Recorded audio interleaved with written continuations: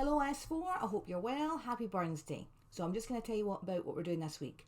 First of all, if you haven't finished any of the work from the previous weeks, I want you to get that done first. So that's all your previous work on an inspector calls. That's really important because this play is a little bit of a mystery. So we need to make sure that we're following the story and getting all the work done. And also your close reading for the passage called Bella and Emily. And if you haven't done that already, get that completed so that I can return those to everybody and give you all the score, please. This week we're going to move on a little bit with an inspector call, so we're on to part 3, and this part focuses particularly on Sheila, who is the daughter of the family. She's the one who's very excited to be engaged at the beginning of the play. How she caught up in all of the events, we are going to find out.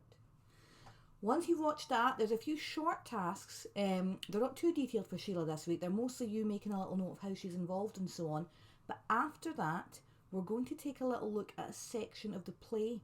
So remember, you are watching a film of an inspector calls, and we've done some media type questions, but this time we're going to look at some pages out of the play because it was originally written as a play, and there are a few differences.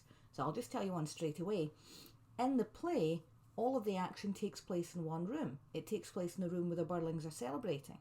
So we don't see, for example, any scenes at the factory or any scenes in other places. We just hear about them. So that's one of the differences. You're going to be given about 2 pages of the play to read. It's uploaded in a Word document. And then you have a set of critical reading questions, and they're marked out of 20.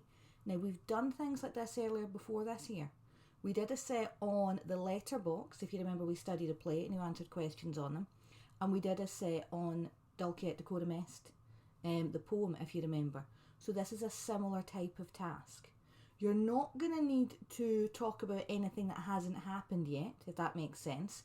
Everything that you need to know is going to be in the paper in front of you, but I want you to try and remember what you've been learning about how to answer.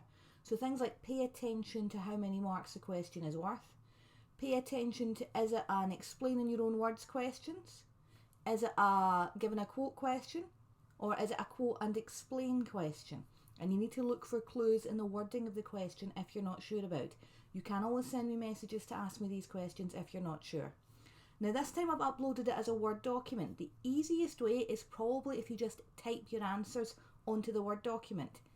Or, if you want to just look at it on the screen, you can handwrite your answers when you've got the Word document in front of you and upload a picture. Class notebook is a bit footery. I'd probably rather put that to one side unless it's for you taking your notes and the characters. So those are probably the 2 best ways for you to upload that.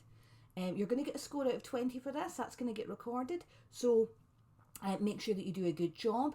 And this is going to help you to prepare, first of all, for your National 4 reading assessment, but then also for those of you who go on to National 5 next year, it's going to help you to prepare for National 5 English as well, because this is something that you would do in the exam. You would do a similar task to this.